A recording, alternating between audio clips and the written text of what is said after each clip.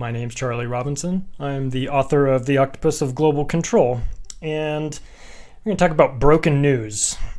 There's a great quote. The media is the most powerful entity on earth. They have the power to make the innocent guilty and make the guilty innocent. And that's power, because they control the minds of the masses. That was from Justin Bieber. No, I'm kidding. It's Malcolm X. There's an assumption that if a story is not being talked about on your nightly national news, then it must not be very important. That's really not the case. The media does this sort of omission, and they instead focus on a lot of things that either don't matter or they phrase them in the way that give the viewers the feeling that they only have a couple choices. So something like Syria and is the United States going to get involved and removing Bashar Assad. So let's say, we have some choices here. We just invade. Option A, invade. Option B, set up a no-fly zone and some sanctions and things like that. Option C, finance the Turks and let them go in and get them, and then they put a bunch of talking heads on TV, and then they debate these 3 or 4 choices that they have, all the while never mentioning that there's another option here, and that is stay the hell out of a sovereign country that hasn't done anything to you.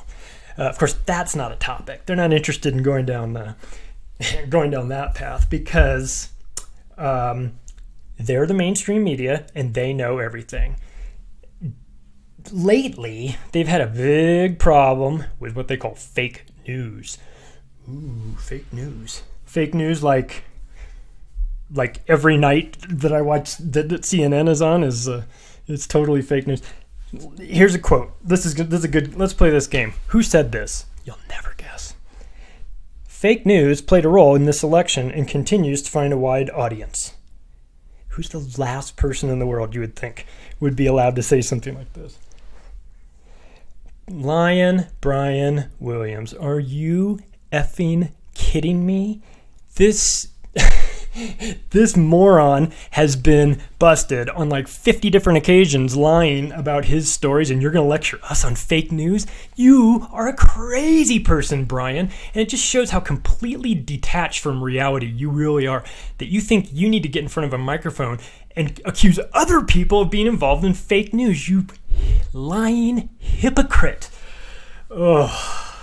John Rappaport is a really great writer. He came up with 10 ways that the mainstream media is affecting their form of fake news that they're not talking about. So number 1 is directly lying about matters of fact. That's obvious. Another one is leaving out vital information. Third one is limited hangouts of sort of like a partial admission of guilt to try and throw you off the trail of maybe the other part of the guilt that they don't want you to find. So they sort of confess in advance.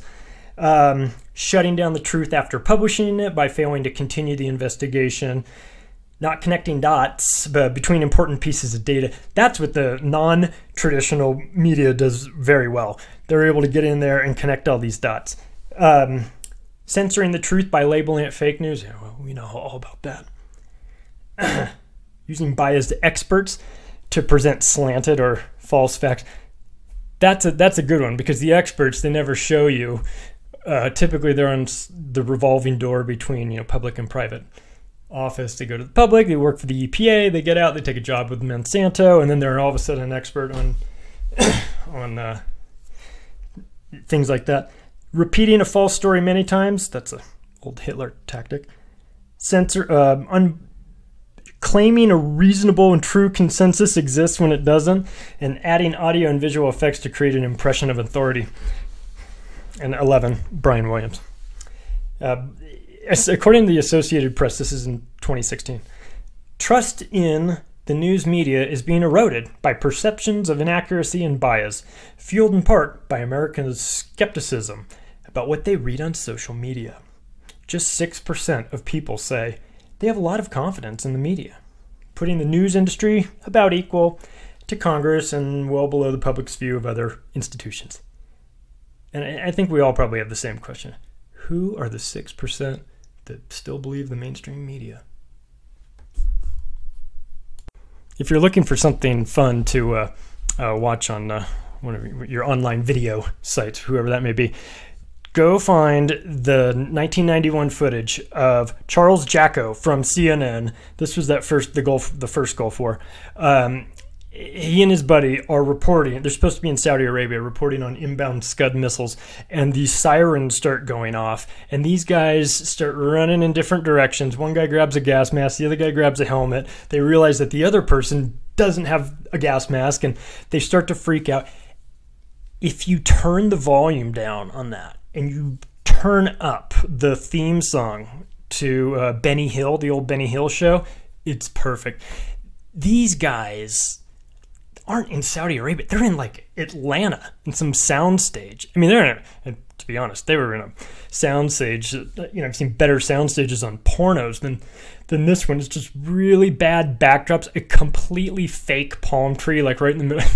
It is preposterous. So when CNN decides they're going to come out and lecture people about fake news, and Brian Williams is going to grab a microphone and tell you how you can't believe fake news, I would like to present Exhibit A.